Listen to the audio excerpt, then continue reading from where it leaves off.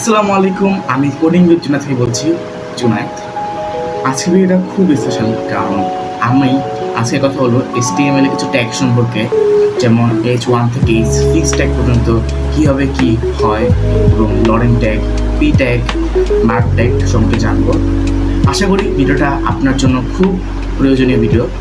So এই ভিডিওটা miss করবেন না। সো বেশি কথা না বলে ভিডিওটা শুরু করা যাক।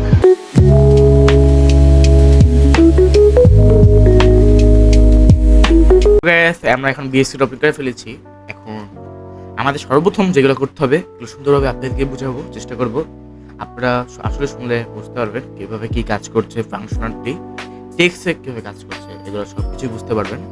সো আমরা শর্টকাটে প্রথমে লিখবো HTML5 লিখলে এসে করতে পারে, আবার অ্যাডজাস্ট করলে হয়। এটা হচ্ছে গিয়ে জাস্ট এটা দিলে হয়ে যাবে। ওকে, এখানে আমরা কোডিং জন্য টাইটেল দিলাম। এখানে আমরা প্রথমে H1 সেকশন সম্পর্কে জানবো। যেমন প্রথমে H1, দেন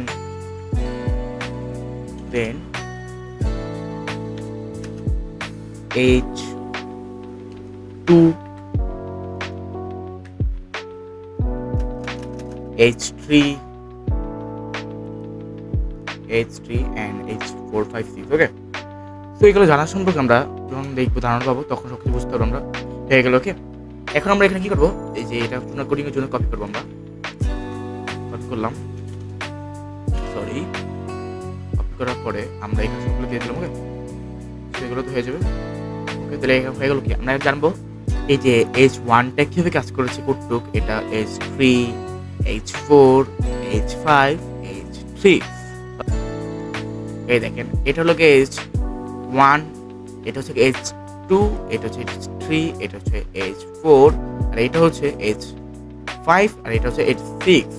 তো আমরা H1 খুব বড় হয়, এবার H2 মিডিয়াম, H3 লো, এটার থেকে লো, এটার থেকে লো, এটা একেবারেই লো। সো ধারণা পেয়ে গেলাম H1 H টা কীভাবে কী করে। সো আমরা এখানে ধারণা পাওয়ার পরে আমরা প্রথমে এখন শিখবো আমরা মার্ক ট্যাগ। ওকে, মার্ক ট্যাগ কি? আমরা মার্ক ট্যাগ হচ্ছে গিয়ে হাইলাইট যখন করি, আমরা যখন পড়াশোনা করি বা বই যখন পড়ি, আমরা হাইলাইট করে রাখি, যেন পরবর্তী যখন বার্ষিক পরীক্ষা বা অর্ধবার্ষিক পরীক্ষা হয় তখন আমরা জানি হাইলাইট করে ওইটা পড়তে পারি। যেমন আমাদের সব কিছু পড়তে পারি না বইয়ের, বাট এই জিনিসটা দেখলে ওই জিনিসটা জানি গাইডলাইনভাবে পড়তে পারি। সো আমরা এখানে হাইলাইটটা দেখবো এখন। তো রিড আউট দিব এটা আবার, এই যে হাইলাইট। ওকে, এই যে হাইলাইটটা। ওকে, এই যে হাইলাইট কি করেছে, হাইলাইট করে ফেলছে জিনিসটা, হাইলাইট করে ফেলছে। তো আমরা এখন জানবো প্যারাগ্রাফ ট্যাগটা কি। প্যারাগ্রাফ লেখলে শুধু পি ট্যাগ লিখলে হবে, পি ট্যাগ লিখলেই হয়ে গেল।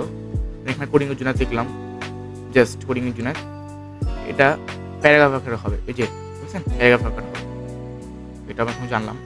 আর এটা আমরা অনেক কিছু লিখতে পারি চাইলে। আমরা আরেকটা জিনিস জানবো, লরেম লিখলে কিন্তু সব কিছু এসে পড়বে, সব কিছু এসে পড়বে। লরেম লিখলেই সব কিছু এসে পড়বে। লরেম হচ্ছে এটা আমরা দিলাম, এই লরেম দেখছেন, সব কিছু এসে পড়লো। এটা লরেম। তো আমরা লরেম সম্পর্কে জানলাম। এখন লরেম সম্পর্কে জানলাম, আমরা পি ট্যাগ সম্পর্কে জানলাম, H1 থেকে H6 ট্যাগ পর্যন্ত জানলাম। পি ট্যাগ, প্যারাগ্রাফ ট্যাগ জানলাম আমরা। টাইটেল কি এটাও জানলাম। এখানে আমরা কীভাবে শর্টকাটে এই ফুল স্ট্রাকচারটা তৈরি করেছি এটাও আমরা জানলাম। সো পরবর্তী ভিডিওতে আমরা আরও কিছু জানবো। ততক্ষণ আপনার পাশে থাকবেন কোডিং উইথ জুনায়েদের পাশে। আসসালামু আলাইকুম।